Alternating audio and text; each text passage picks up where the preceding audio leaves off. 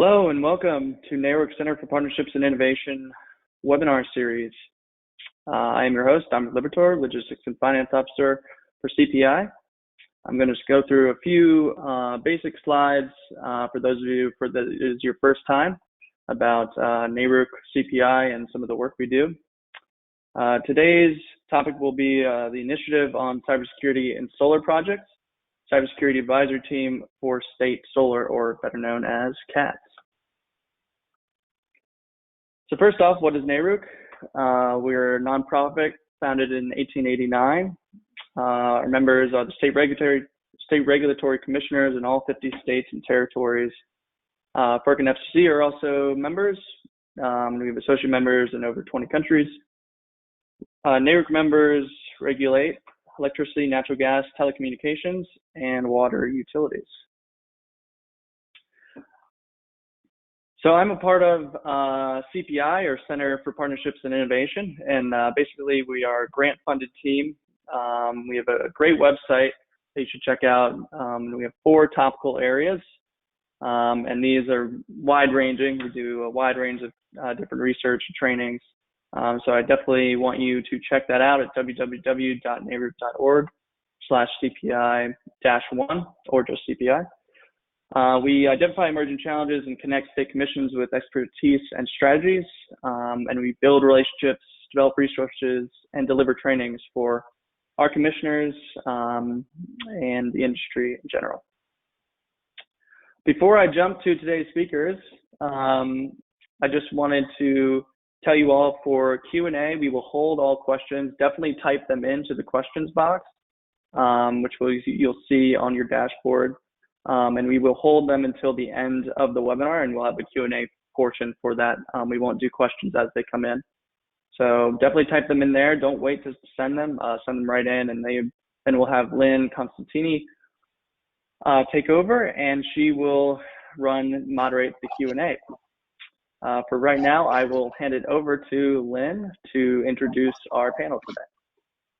Thank you so much, Dominic. Hello and good afternoon to everyone, and welcome to today's webinar, which is part of CPI's Innovation Webinar Series. As Dominic mentioned, I'm Lynn Costantini, the Deputy Director of the Center for Partnerships and Innovation, and I'll be your host for today's event.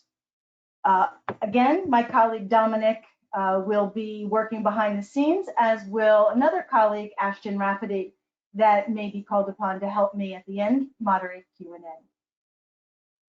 So the topic for today is cybersecurity, as it pertains to distributed energy resources generally and for solar specifically.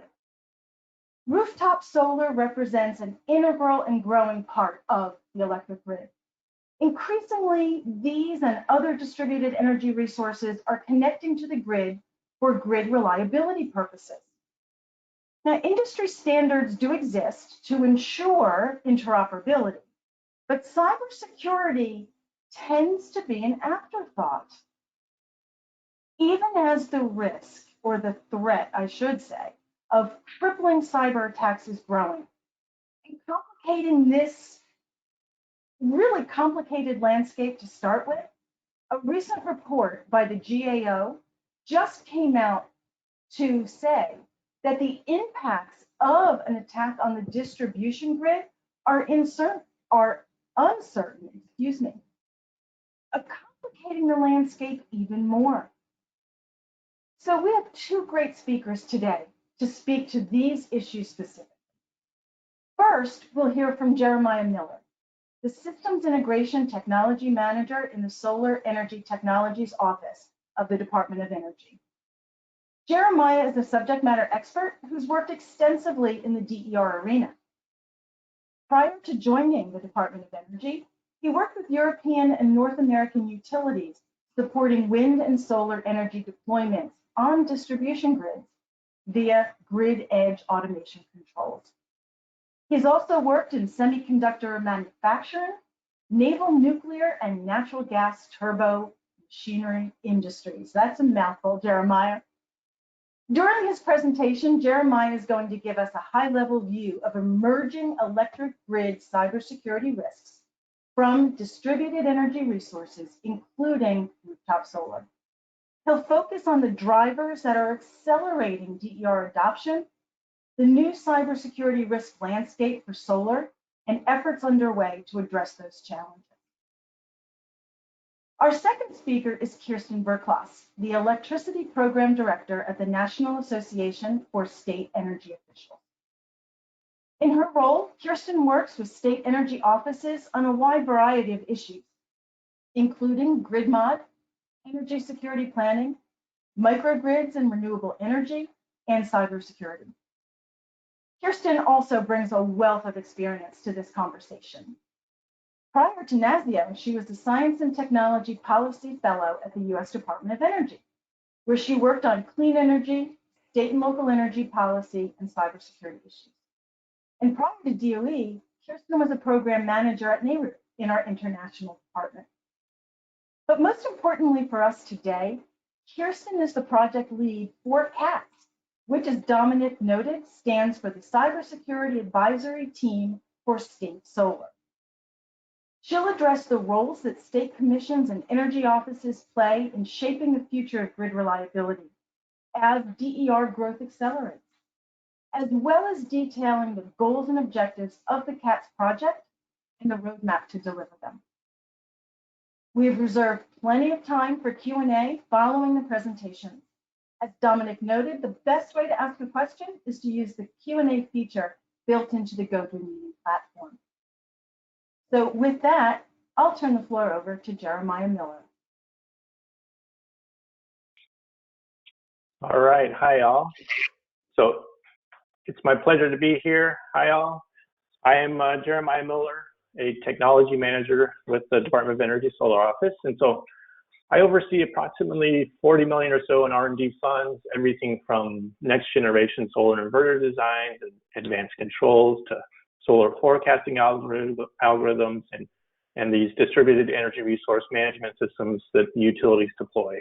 You know, we work with both distribution utilities and transmission utilities, and we try and work across the DOE to help support a really massive renewables integration on the grid as we modernize the grid as well.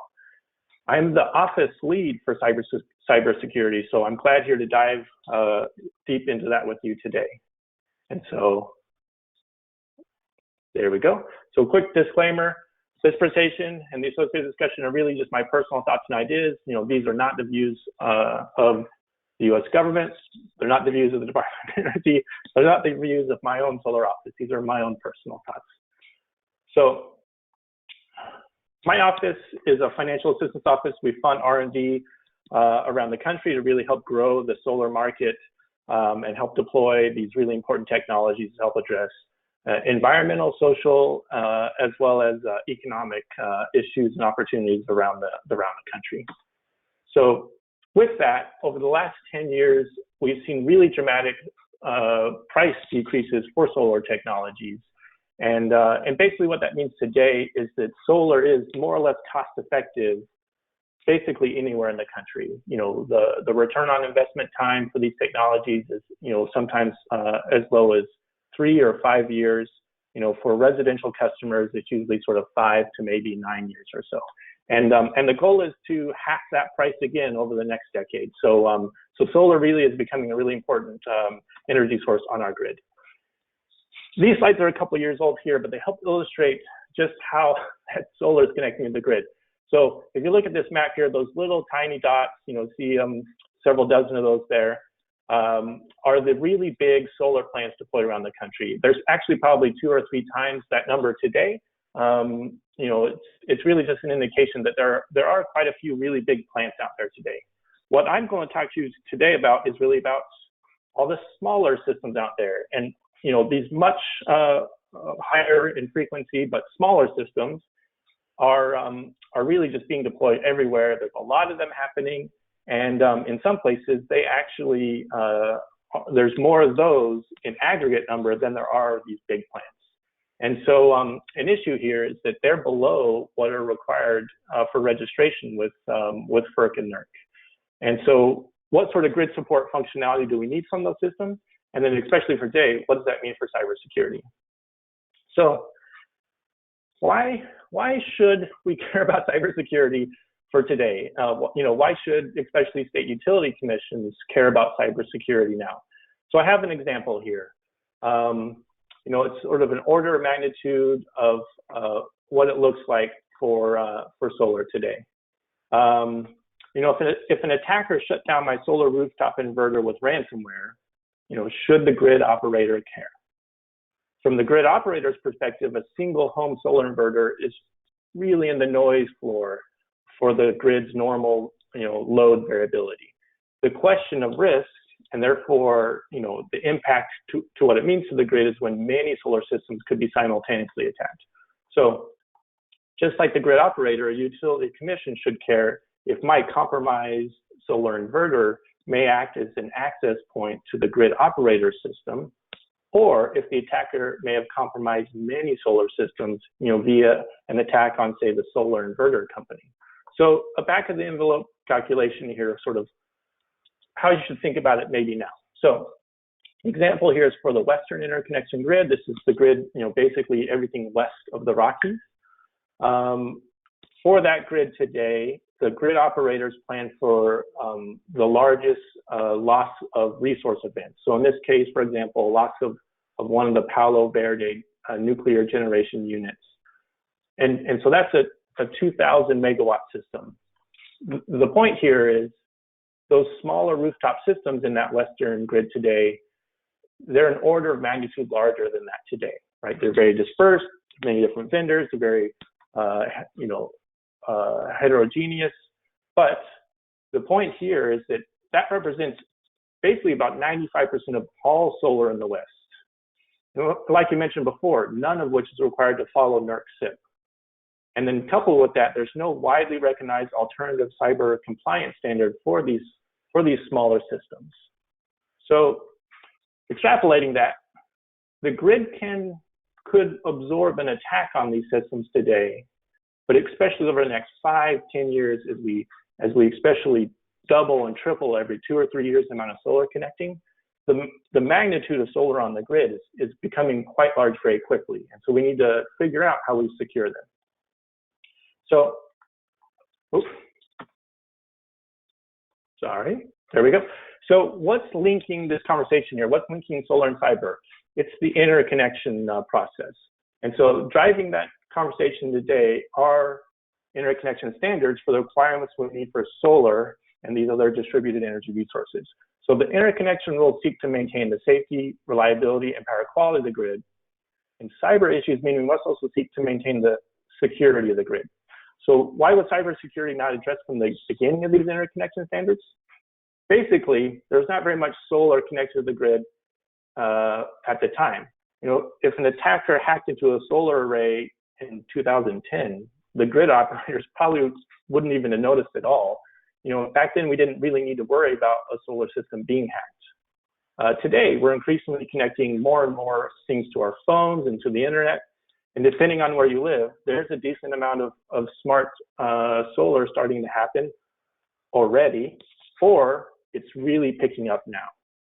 So there are roughly about 100 gigawatts of DER systems across the United States today, and about half of that is solar PV, these small rooftop systems on homes and businesses. By 2025, that's set to grow to 400 gigawatts. So it's growing very rapidly. So California and Rule 21 got the US going with interconnection standards back in the early 2000s. Today, the IEEE 1547 standards started to harmonize those across all the states. And cybersecurity is likely the next area where the next big industry agreement is needed on this. So for the utility commission and a possible role you'll have, I'm not going to pretend I can tell you what your job is better than what you can. But just to get us sort of talking about it, in general, the utility commissions work to assure that the utilities provide reasonable, adequate, efficient service at just and reasonable prices, right? And then, as you know, regulation takes on many forms: price regulation, resource planning, acquisition, reliability, and quality of service. And with these rooftop solar systems starting to provide grid services, really the core question is, what cyber issues would you consider during the interconnection? And so don't just take it from me that these cyber issues are hypothetical or abstract. The highest forms of our government have acknowledged that attacks of these are happening on an everyday basis. The most sophisticated attackers, in many cases, should be considered inside our critical infrastructure already, because they could cause local, temporary in many cases, but local disruption to our water, to our energy, to our health and finance systems. So how to best understand these challenges, how to sort of wrap your head around what it means to start securing these devices. So let's sort of walk through how to think about it. Uh-oh, my my image didn't work out here. But what I was showing here was that at the top level, the utilities have a bunch of control systems they deploy. And today, they need operational data from these customer-owned devices that they do not own, and they, in many cases, aren't even allowed to control in some cases. And the really important relative to roles and responsibilities, there are in many cases these new entities on the block, these DER aggregators. They're becoming third-party grid services providers. They send these control requests to these rooftop solar systems. And then importantly, at the lowest level, the customers, the ones who own these rooftop solar systems, they're not the most skilled at understanding how to secure their devices. So we really got to think about how you would actually deploy cybersecurity in practice for these new stakeholders. So how would you assess the risks? So you could think about this through a NERC-CIP framework, and I think it's really helpful to do so. Ultimately, you want to evaluate what's the likelihood and opportunity an attacker could get into these systems, and then couple that with what would be the impacts of such an attack. And that allows you to sort of quantify or at least weigh the risks for a given sort of attack. Importantly, you need to assess that relative to their safety impacts. There could be financial impacts. There could be operational impacts, those that just disrupt the operation of the grid itself. And if those are really significant, if there was a wide-scale attack, for example, those could have bulk power system implications, right? That could actually cause damage to critical infrastructure. There could even be some major blackouts. Another way to think about it, and honestly, I do this way more often, is to think about this through NIST Cybersecurity Framework. So NIST is really helpful to think about this because their framework from the beginning was designed using plain language so that non-experts could really engage around how do you identify these risks, then how do you then protect against those risks. If an attack happens, you need to be able to detect it and then respond to it as well. What are the things you're doing to maintain critical functionality? As a part of overcoming the attack, you'll have to bring back the services that were lost. You'll have to recover. And then because we're talking about the energy system here, it's really important that you need to have some resilience, the ability to endure an attack. And for these rooftop solar systems, when they're paired with battery, they could actually enable enhanced resilience on the grid. Those facilities could island from the grid that was under some larger attack and be able to maintain critical electricity during that broader attack. And so it's really important that we think about all these things as the sort of categories you would engage the cybersecurity professionals around how you're actually defending against these attacks. So what does that mean? Apply best practices today, meaning, through NIST Cybersecurity Framework or NERC-CIP, look at what your posture is today. For DER, I've already mentioned there's no standard for them to follow now, but they can implement these best practices today, and then they can work to support the very standards development processes that my office is helping fund. When doing that, you want to apply cybersecurity measures in a very measured and deliberative way. You want to do it based on risk. For instance, should a 40 megawatt community solar array have the same requirements as a residential rooftop solar system? It's really important for cyber to recognize that it's fundamentally a social domain before it's a technology domain. And so what that means is you want to implement good governance for cybersecurity defenses. For the utilities as well as for the DER vendors, that begins at the executive level, and giving executive direction is crucial. And so really what you're doing when you're engaging industry here is you're measuring how well the organization is or how mature they are in applying their cybersecurity defenses. And the Department of Energy does work with industry to deploy these maturity assessment models. And then importantly, just doing and following the standards isn't really enough, quite frankly. It's not enough to defend against the most sophisticated attackers.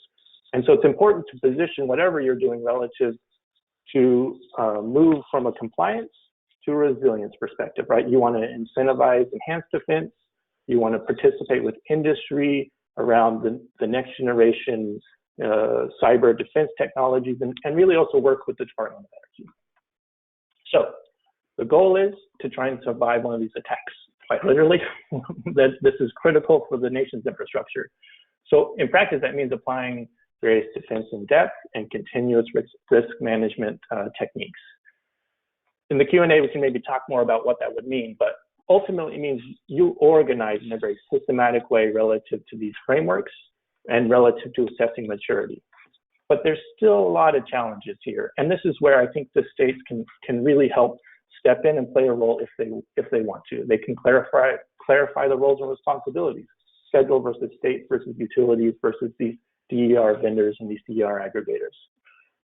There's going to be a need to support threat sharing because it's really important to share between stakeholders the nature of these threats and how collectively we'll need to defend against them. As I mentioned earlier, standards only defend us against some kind of attacks. Against the most sophisticated hackers, we're always going to be needing to be nimble and on our toes and engaging in R&D. Coupled with that, the people, the actual leaders implementing these defenses, there is quite a bit of workforce training and just making sure there are enough of those workers around.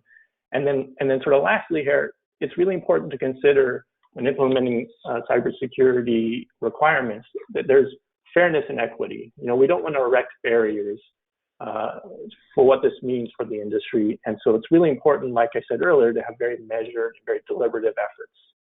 And so there's a lot of resources out there. I'm not going to sort of talk through these, but I bet in the Q&A this is going to come up. And so, there's some who the Department of Energy has partnered with, NARUC, for example, in the past around these. Like I mentioned, that maturity model does exist out there, and it's being updated, as we speak for the next generation grid modernization challenges. And then my office has funded some resources out there. This one's geared more towards professionals, but specifically looking at the types of, cryptographic encryption or various other cybersecurity defenses that we could apply. And so, if you have any questions, do please type those in. We're gonna take those as a team at the very end here. But like I mentioned, my office funds a bunch of support and a bunch of R&D for the industry out there. And one of the projects we co-fund is the Maceo NARUC CATSS project. So without further ado, let me have Dominic hand it over to Kirsten and she'll take over.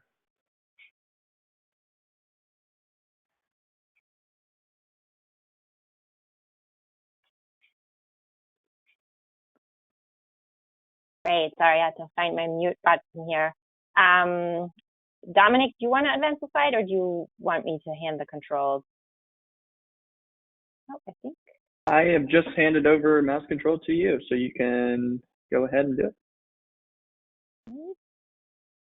Okay, I don't see the functionality here. Oh, there you go. Oh, sorry.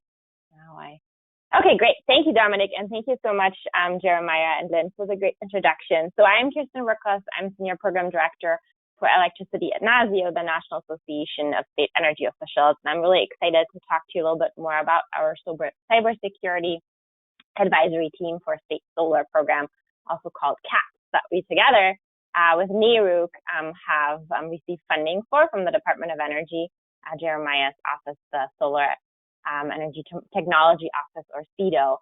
So thank you for DOE for supporting our work. And I wanted to start out by just giving you a little bit of an overview over NASEO. I think you're all familiar with NARUC. I have a couple of slides on NARUC, but Dominic did a great introduction, so I'm going to skip those slides later on.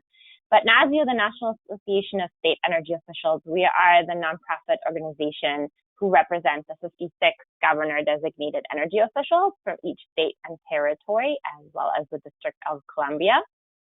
We organize across 6 regions, and our committee structure includes electricity, my program, buildings, transportation, financing, anything that the state energy offices work on. And we represent the state energy offices vis-a-vis the federal government, as well as provide technical assistance and support on all kinds of issues. And solar and cybersecurity is certainly one of our topics that we cover. So we have, as I mentioned, a lot of project areas. I'm just putting them here on the slide for you to look at later. But we are organized by these project areas, but also look at cross-cutting issues such as resilience, energy jobs, a lot of work on the COVID-19 pandemic and how that's affecting state energy offices and the state energy office sectors, economic recovery, et cetera. So as I mentioned, we have a couple of slides on NARUC, which I will skip because you're all very familiar with NARUC and the Centers for Partnership on Innovation. But I wanted to highlight, just like Jeremiah, a couple of previous relevant NASIO and NARUC works before I start talking about CATSS projects specifically, because NARUC and NASIO have both worked on cybersecurity for quite a while. And NASIO put out last year, 2020, a document called Enhancing Energy Sector Cybersecurity Pathways for State and Territory Energy Offices. And it's a really great document that kind of lays out the foundation of cybersecurity and what state energy offices can do to look at cybersecurity and look at how they can be preparing for cybersecurity emergencies and what kind of needs there are currently to address some of these topics. So it's not specifically on DERs, but more on cybersecurity more broadly, but I think it's a great foundational tool. And then likewise, NARUC has done great work on cybersecurity. The CPAT, the Cybersecurity Preparedness Evaluation Tool, is just one example. There's a lot of great work on NARUC's website, but this tool in particular provides great examples of what kind of questions public utility commissions can ask of utilities to look at cybersecurity and kind of evaluate their posture. Like Jeremiah talked about the C2M2 model, which is the Department of Energy's framework that they've developed with utilities and for utilities. This tool from NARUC kind of is a complementary tool for the PUCs to really understand some of these answers that utility gives when looking at cybersecurity preparedness. So delving deeper into the CATSS project, our high-level objectives are really kind of 4. And the first one is to engage, educate, and share some of the resources, and really look at what are the needs of the state energy offices and public utility commissioners to learn about some of these issues and then to turn those into actionable solar cybersecurity strategies. We're hoping to create a collaborative framework and model approaches that can be really easily replicated by other states. We're hoping to identify and enable pathways for state decision makers to enhance the security of behind-the-meter solar systems and to facilitate and create really a strong interstate relationship and network, not just between PUCs and state energy offices, but also other stakeholders, the solar and security communities, and really look at this from a collaborative approach to provide some ideas and some models of what state energy offices and PUCs can do for enhancing solar cybersecurity and cybersecurity for distributed energy resources more broadly. Because while this is a specific focus on solar, the project does look specifically on solar, we of course recognize that solar is not happening in a vacuum. A lot of times now we're talking about solar and storage installations. And so we recognize that there's certainly cybersecurity for DERs more broadly conversation ongoing. And we really hope while we're focusing on solar to take some of the lessons learned from this project and have them apply a little bit more broadly to the DER cybersecurity space.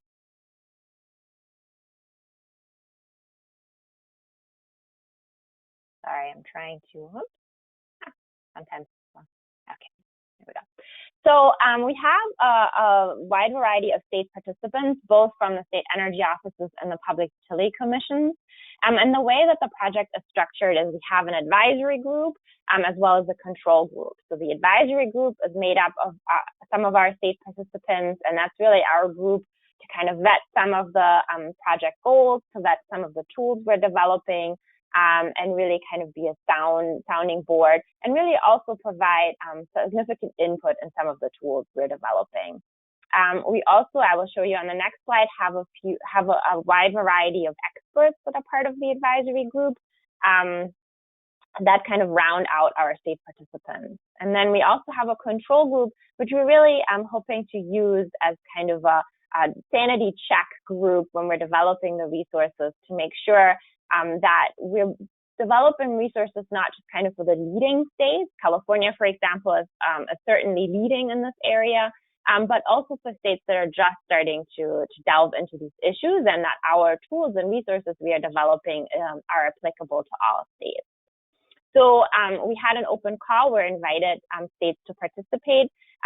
Some new NASIO projects we invite to come as a pair, state energy offices and PUCs together. But for this project, we either invited state energy offices or PUCs, and some states had both. And then, as I mentioned, we have a lot of great key partners that are part of advisory group and control group, and sort of the universe of CATSS.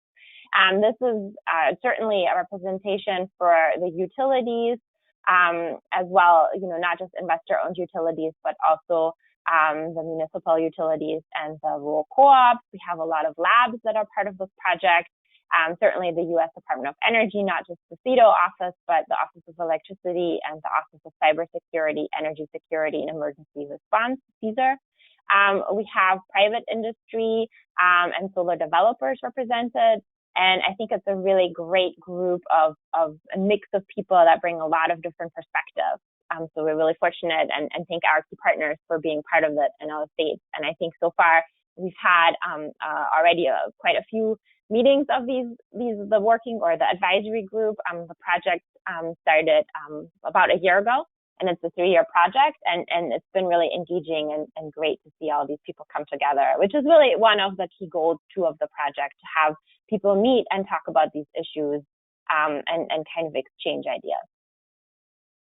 So the last year of the project really focused on 3 items I wanted to discuss right now, and that was first and foremost the state needs assessment. We had a focus group of the states that are part of this project, and we asked them, what do you want to get out of this? How can we make this work for you? And I wanted to talk about what we heard in kind of 3 buckets. We heard a lot about needs on education on solar cybersecurity for NASIO New York members. We had a lot of discussion about cost recovery and valuation needs, and then also on policy and regulation guidance. So I want to talk about all these in turn.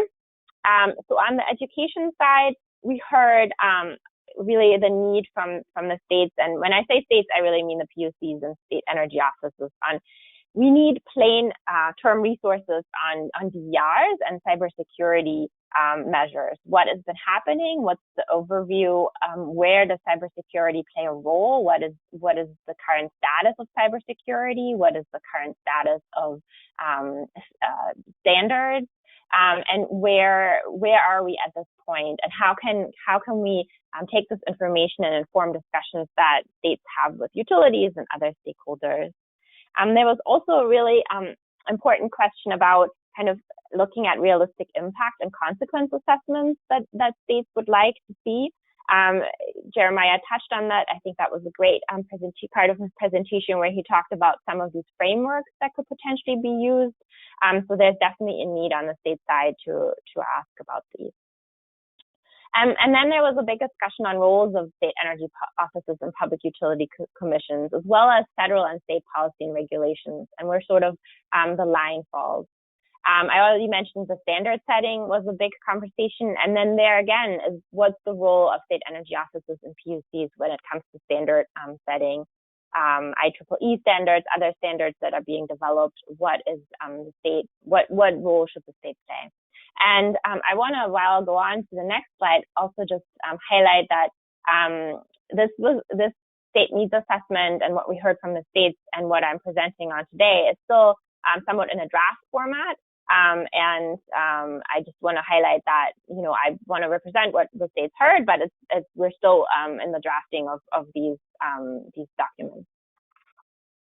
So the second item, the cost recovery and valuation needs, I think what we heard from the states is really a clear desire to learn more about the cybersecurity role and utility rate making. So what kind of assistance can be given to determine appropriate cost recovery mechanisms? How do we understand and create a baseline of metrics to determine the cost-benefit analysis of some of these cybersecurity measures? How can we protect ratepayers and especially low-income communities? And how would standards, for example, impact costs and cost recovery when we're looking at utility rate making? And then the last bucket, sort of the policy and regulatory guidance. I think we heard from the states that they're really looking towards guidance on how to engage utilities on solar cybersecurity. I already mentioned that. How states can engage on standards and incentives. What are kind of the appropriate solutions to having open conversations about cybersecurity? Again, the delineation between kind of the states and federal responsibilities. And states are really looking to kind of look at state examples of tools and responsibilities and models that they can replicate. And then certainly there's also this issue of workforce considerations that Jeremiah had mentioned in his presentation. What are kind of the workforce needs and how can states support those workforce needs as identified?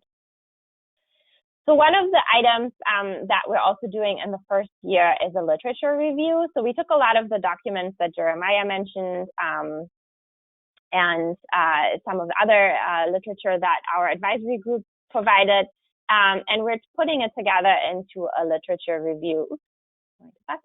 And what we're hoping to do is we're really trying to distill some of the literature and provide them a kind of a snapshot or as a summary to our members. Why is this important? Why is it needed?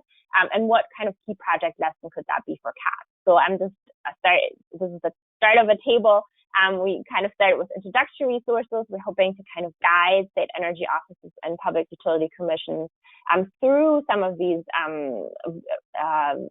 resources, because I think there's a lot of great items out there. This is our way of aggregating them, but it's also our way of kind of putting them into context and kind of providing a walkthrough, if you will, for state energy offices and public utility commissions through some of these resources, because they can be very technical, and I think it's important to kind of highlight what the takeaway is for our audiences, really. And then finally, lastly, we are putting together our project roadmap, which is really our way of outlining potential tools and resources for state use. And there again, we're doing this in kind of 3 buckets or 3 phases, if you will. The first one really looking to educate our members. Then the second phase is to create tools for state organizations to convene and strategize. And the third is to provide solution and examples to the states. And here I want to stress something that I think is really important to understand about CATSS is that we're providing resources and tools to our members, but there's no description or no prescription for our members. Each state has to look at their own landscape and come up with a customized solution. So we're here to provide tools and resources, but we're not describing anything or having saying this is the ideal solution. I think each state has to think about that themselves and implement this for themselves. And so here also I want to say that these are tools that we're providing to states to do these things. So while part of CATSS is certainly to educate, we also want to provide tools for our members to educate themselves and educate stakeholders. We want to provide tools for states to have these stakeholder conversations, and we want to provide kind of a menu of solutions, examples that are out there that we think could work, but again, it's not prescriptive. So just quickly going over the phases, we are hoping to compile a resource library. The literature review is certainly the start of that, including a glossary of key terms, just to kind of level set and outline kind of what we're talking about.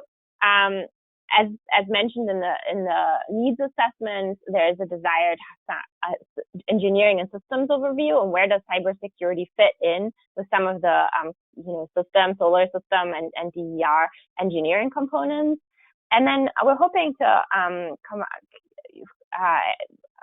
create a risk ownership framework. Really, how do you assess the risk, or if, as Jeremiah said, how do you use some of the existing frameworks to apply to some of these questions?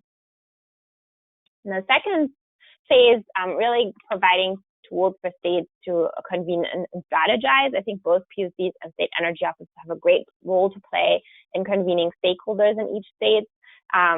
So we are looking to provide our organizational role chart template, just to kind of outline who has what role in the states and how do PUCs, state energy offices, and others in the state play in this space.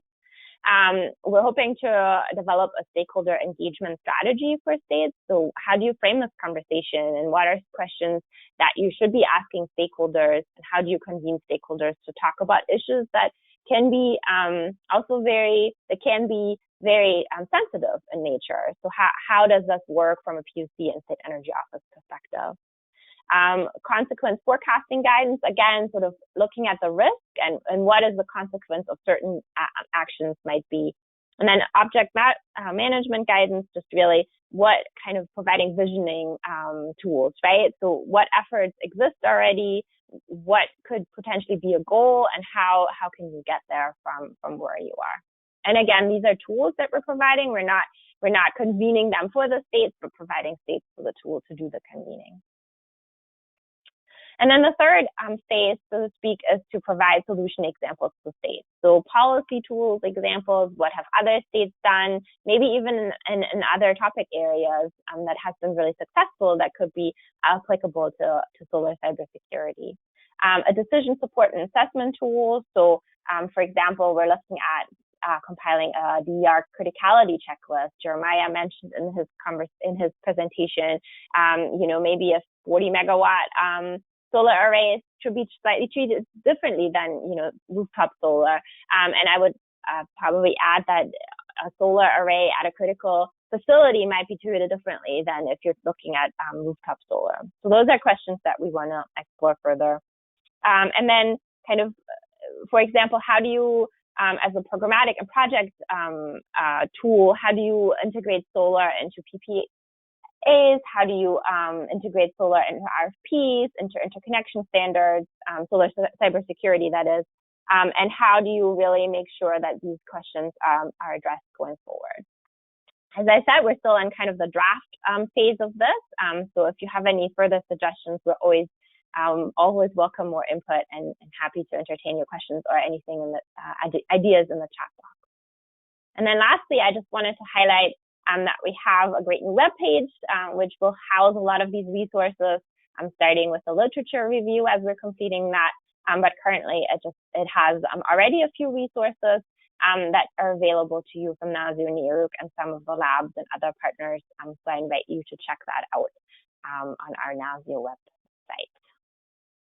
And then with that, if you have any further questions beyond this webinar, this is the staff. I don't do this alone. I have a great, excellent partner in Campbell and excellent partners in Lynn and Ashton at the NERUC side. So this is your CATSS team, so to speak, and we always welcome any suggestions in this webinar right now, but also going forward via email. So with that, I'll turn it over to Lynn. Excellent presentations from both of you. Kirsten, thank you for that very rich description of a very robust project that we have in CATSS. And Jeremiah, you as well have really painted the picture of why it's important that this project even exists. We're going to be dealing with this, just not today, but in the future, as far as we can see. So I want to remind everyone that we do have plenty of time allotted to answer your questions. You can enter them in the questions box, or you can raise your hand and we'll get to them in the order in which they're submitted. But before we do that, I have a question for you, Jeremiah. You talked about the need for cybersecurity requirements and that there were activities underway to try to define what those cybersecurity requirements should be. Can you describe a little bit more about who is making the decision about what those cybersecurity requirements should be? Yeah, thanks, Lynn. So cyber requirements and sort of who and roles, it's really important to define sort of the three spaces that'll happen. And we can dive into any of these. I think you all have questions, but FERC and NERC are very involved. They're really involved for the biggest of the big stuff, right? I think for the states, the really important question is, you know, when you get more and more of these distributed resources out there, do FERC and NERC maybe need to change their stance? And if so, is that, you know, maybe something the state would be better capable of handling, for instance? So the next layer is the states, and the states, you know, really have always had the option of engaging in cybersecurity in this domain. I mean, the states largely engage their utilities to make sure their utilities are doing cybersecurity. And so really, this is just sort of acknowledging that it's sort of an expansion of your possible scope. The third domain is industry. And I want to raise them in the sense that industry really needs to play a role no matter what, right? Like Kirsten would have mentioned, what is implemented really does need to be cost effective. You know, what we do in terms of security for things at the FERC-NERC level isn't likely to be very cost effective for rooftop solar, not without really drastic cost reduction measures, which, you know, I would encourage, and industry is likely to lead the way for what those look like in practice. So we really need industry to step up and be at the plate for playing ball on whatever these requirements need to be, and really as a whole group getting together to make sure there's consensus in how we design them, and especially how we implement them, how we ensure conformity to them. Thank you. And I'll ask one more question of you, Jeremiah. You know, we're talking about risk, and we're talking about risk of solar systems and DER in general. A little bit more, or a little bit more specificity about what we're actually talking about when we're talking about rooftop solar. You mentioned inverters. What other things do we need to be thinking about cyber securing? Yeah, that's a great question. I think relative to the scale of the cybersecurity challenge for the next decade, I think it's best to sort of expand your thinking beyond just the sort of device level things. Where I'm going with is that, you know, if you're able to access this device from your mobile phone, this is a device that now has an access point for cyber attackers to get into that device.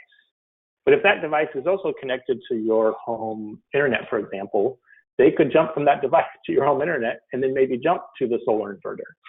And so it's important to think about this in this sort of so-called Internet of Things domain that you'll hear industry talk about, where we're making lots of devices smart and connected together. And solar is just a really large wattage version of those devices. And so therefore solar is more important to figure out how to defend first. But you also want to think about this in the context of how are you helping industry make sure to defend against, you know, I don't know what it is, 50 million smart garage door openers out there. If all those were hacked, the grid probably wouldn't even notice. But the point is they're growing rapidly, and there's a lot of other connected devices. And so you want to think about it in terms of the sort of digital and connected devices domain, that this is all just a part of. Excellent, thank you for that answer. And before I turn it over to the audience, Kirsten, I have one question for you. I know you set up an advisory group for CATSS. Is there more opportunities for non-advisory group members to participate in this process?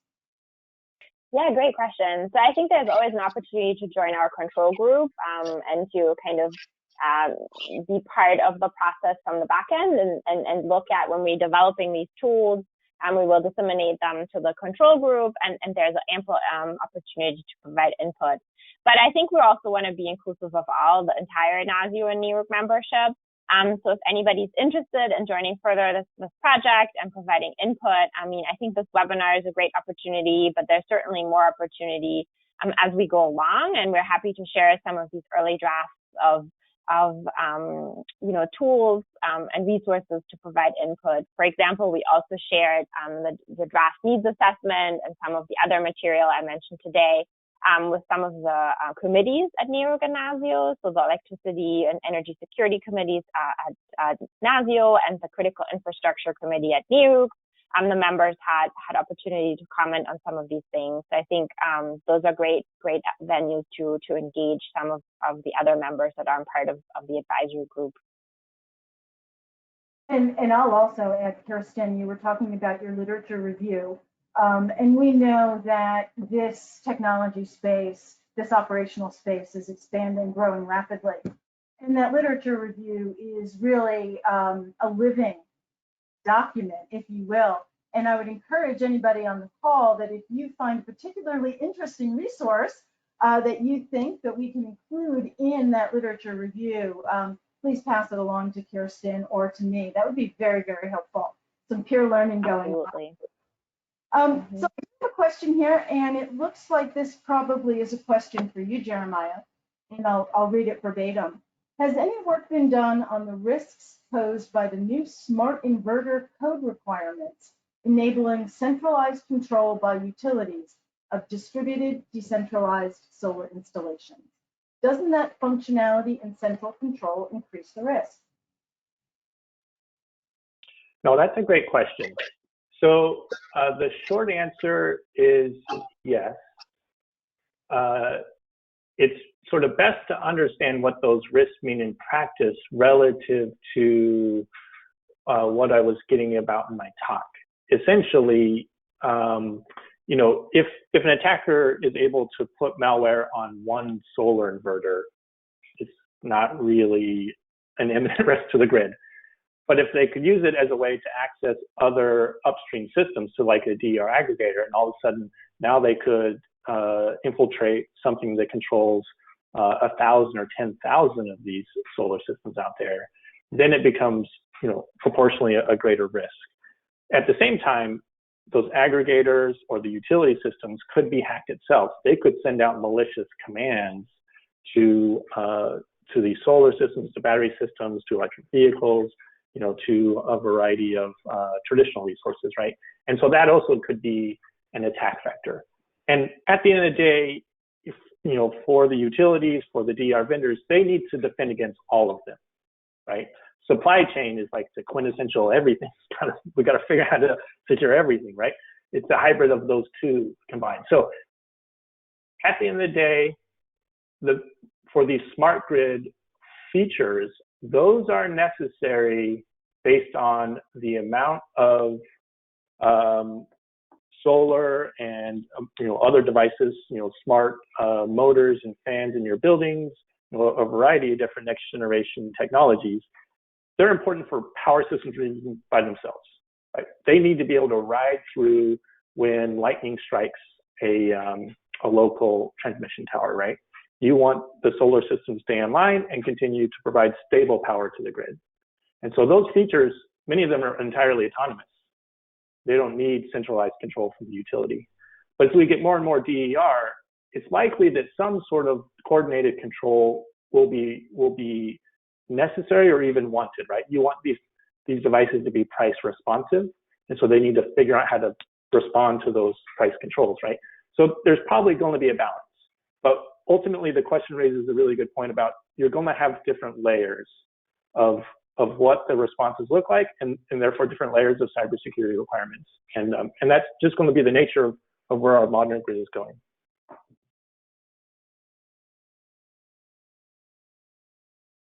Kaylin, you're muted. I think this far into our virtual world, we'd know how to unmute regularly. There's another question that just popped in, and Jeremiah, I think this is probably one for you as well. But Kirsten, please weigh in. There's a growing interest in infrastructure, particularly with our new administration. And clearly, this kind of infrastructure we're talking about is critical infrastructure and does relate to solar and DER expansion. Do you think it is worthwhile to consider connecting in some way cybersecurity requirements with additional funding to implement those new infrastructure requirements? I certainly can't speak for where that funding would go or what would happen for that. But this is a really good point. I do think that the type of funding that we're joining with the CATSS teams here on is really critical, because they're really fundamental educational and sort of implementing good practices that are really necessary in this area. For these rooftop solar systems, really that is the most important thing to do today. It's really to address the ambiguous uncertainty about what they should be doing, what they shall be doing. And the things today are really only, they could do these things requirements. They may have them. And eventually we'll need to move towards more of the shall have, but that's going to take an industry effort to get there. And so education and best practices today, figuring out how to really get the stakeholders in the room are the critical first steps now. And I think the federal government and the state governments can do a ton in that area. And Kirsten, I think that is the perfect segue into the CATSS program. That's exactly what we're trying to do. Do you want to weigh in on that?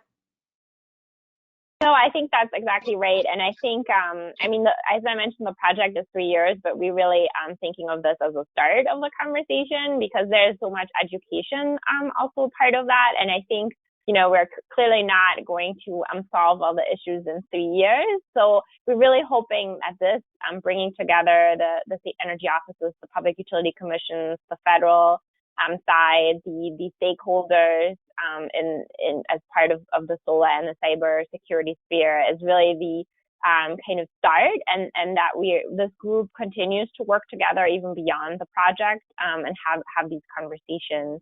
And it's an interesting question about the financial incentives and tying maybe some infrastructure incentives to also cybersecurity. I think that might be also something for states to consider.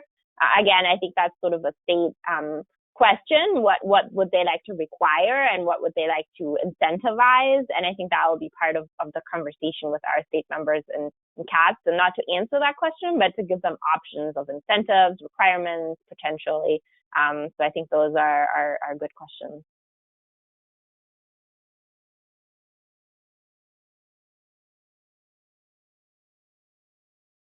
Hey, Lynn, you're doing it again.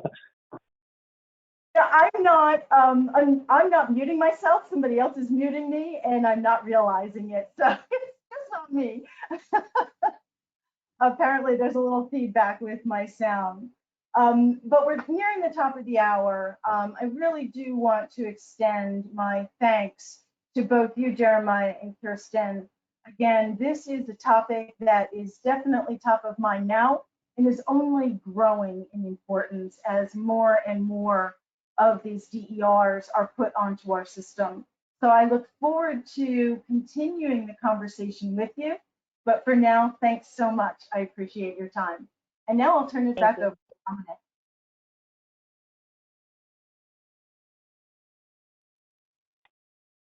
All right, thank you all for joining us. I just wanted to double check, just show you guys some other webinars that will be coming up. Our next two, Staffing the Evolving QC Workforce. This is one that Ashton is working on. And then Balancing the Clean Grid, Inertia Reliability, and Renewable Energy.